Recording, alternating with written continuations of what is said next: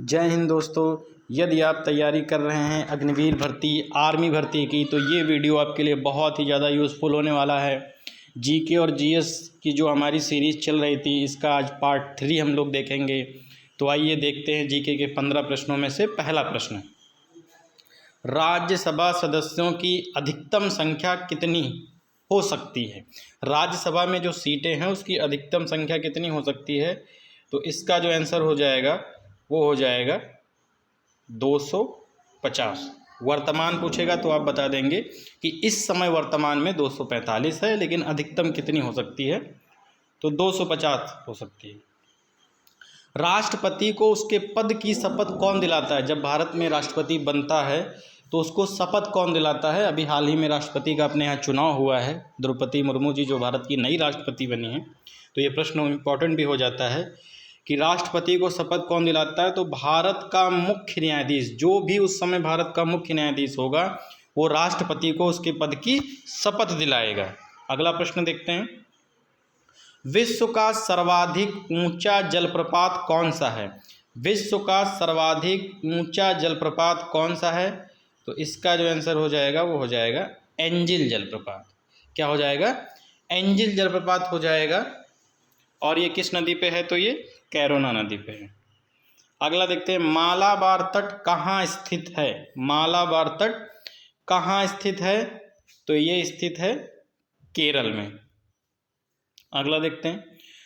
उत्तर भारत को दक्षिण भारत से कौन सी पर्वतमाला अलग करती है? उत्तर भारत को दक्षिण भारत से कौन सी पर्वतमाला अलग करती है? तो इसका जो आंसर हो जाएगा वो होगा विंध्याचल पर्वतमाला।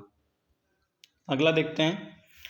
अलमाटी बांध किस नदी पर स्थित है? अलमाटी बांध किस नदी पर स्थित है? तो इसका जो आंसर हो जाएगा वो हो जाएगा कृष्णा नदी पर स्थित है।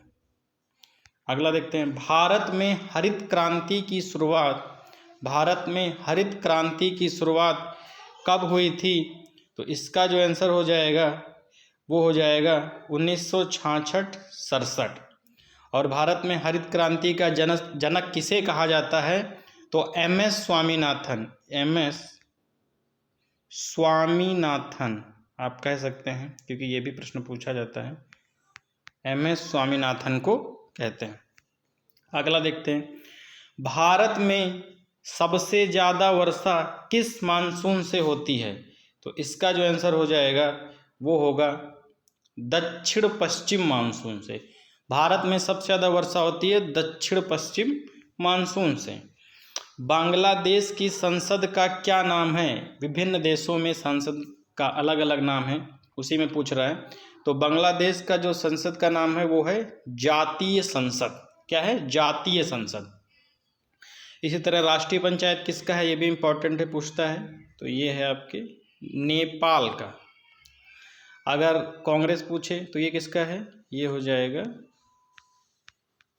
अमेरिका की संसद को कहते हैं। नेशनल असेंबली किसको कहते हैं? तो अपना पड़ोसी पाकिस्तान। अगला देखते हैं। पाकिस्तान के पहले प्रधानमंत्री का क्या नाम था? जब पाकिस्तान बना तो उसके पहले प्रधानमंत्री का नाम क्या था? इसमें फिलहाल कोई ऑप्शन नहीं है, तो इसमें हो जाएगा इनमें से कोई नहीं। लेकिन अगर आपको जानना है तो इसका आंसर है लियाकत अली। लियाकत अली ये पहले प्रधानमंत्री बने थे। कहाँ के? पाकिस्तान के। अगला देखते हैं। 2016 में आयोजित रियो ओलंपिक में सबसे अधिक मेडल किसने जीते थे? वैसे तो ये पुराना क्वेश्चन हो गया, क्योंकि आप पूछेगा तो आपसे टोक्यो ओलंपिक जो कि 2021 में हुआ उसके बारे में पूछेगा। फिलहाल इसका आंसर जो हो जाएगा वो सबसे ज़्यादा पदक किसने जीते थे? तो अमेरिका, यही जीतता है ज़्यादातर ओलंपिक में सबसे ज़्यादा पदक। अगला देखते हैं। राष्ट्रीय विकास परिषद का अध्यक्ष कौन होता है? राष्ट्रीय विकास परिषद का अध्यक्ष होता है भारत का प्रधानमंत्री। और नीति आयोग का अध्यक्ष भी कौन होता है? भारत का प्रधानमंत्री। अगला देखते हैं। ब्रह्म समाज की स्थापना किसने किया है? ब्रह्म समाज की स्थापना किसने किया है? तो इसका आंसर हो जाएगा राजा राम मोहन राय। यदि आपसे सन पूछे तो बता सकते हैं 1828, क्योंकि ये सन पूछा जाता है। अगला देखते हैं, रामकृष्ण मिशन की स्थापना। रामकृष्ण मिशन की स्थापना किसने किया है? तो स्वामी विवेकानंद। किसने किया? स्वामी विवेकानंद। अगला देखते हैं, भारत चीन युद्ध। भारत चीन युद्ध कब हुआ था? तो 1962 में हुआ था। तो ये हो गए आपके जीके के 15 प्रश्न। अब देखते हैं साइंस के। पोलियो वैक्सीन की खोज किसने किया है? पोलियो वैक्सीन की जो खोज किया है वो किया है, पोलियो वैक्सीन की खोज जोनास साल्क ने। जोनास साल्क ने किया है पोलियो वैक्सीन की खोज। पत्तेदार सब्जियों में ज़्यादा कौन सा तत्व सबसे ज़्यादा पाया जाता है? यानी पत्तेदार जो सब्जियां होती हैं तो उनमें सबसे ज़्यादा तत्व कौन सा होता है? तो उसमें सबसे ज़्यादा होता है आयरन। अगला देखते हैं, पौधे के सभी भागों में भोजन किसके द्वारा पहुंचाया जाता है? तो इसका जो आंसर हो जाएगा वो हो जाएगा फ्लोएम। अगला देखते हैं, इंसुलिन की कमी के कारण होने वाला रोग कौन सा है? इंसुलिन की कमी के कारण तो ये जो होता है वो होता है मधुमेह, इसी को बोलते हैं डायबिटीज।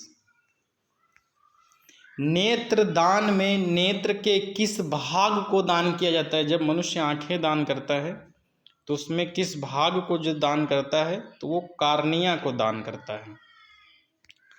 अगला देखते हैं, क्वासियोरकर तथा मेर समस बीमारी किस कमी के कारण होती है? तो ये किसके कारण हो जाती है? प्रोटीन की कमी के कारण।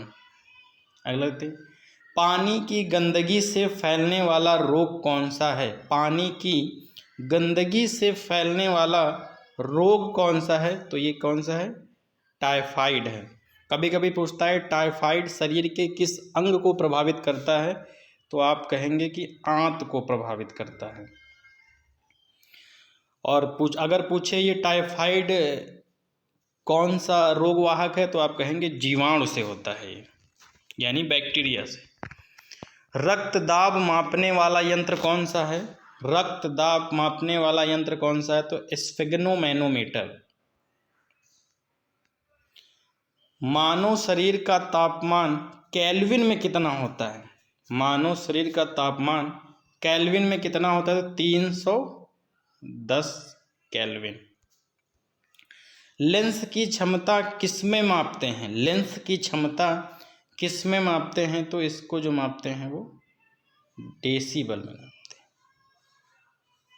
लेंस की क्षमता, सॉरी डेसिबल नहीं होगा, इसका आंसर होगा डायोप्टर। क्या हो जाएगा? डायोप्टर हो जाएगा। अगला देखते हैं,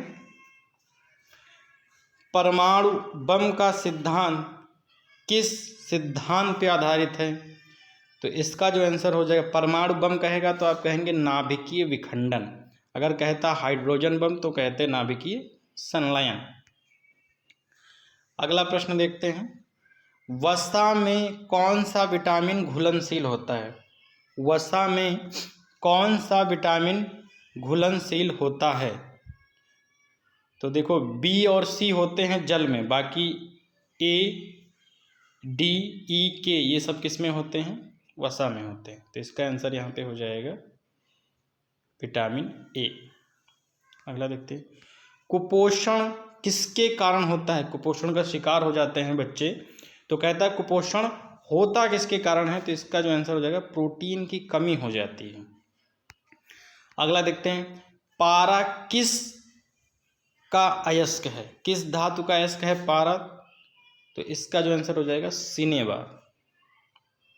अगला और लास्ट प्रश्न देखते हैं, सबसे हल्की धातु कौन सी है? सबसे हल्की धातु कौन सी है? तो इसका जो आंसर हो जाएगा वो है लिथियम। सबसे हल्की धातु कौन सी है? लिथियम है। और सबसे भारी धातु कौन सी है? ये आप लोग कमेंट करके बताइएगा। और अगर आपको हमारा वीडियो अच्छा लगा हो तो चैनल को सब्सक्राइब करें, वीडियो को लाइक करें और शेयर करें। तो ये था आज का वीडियो। जय हिंद।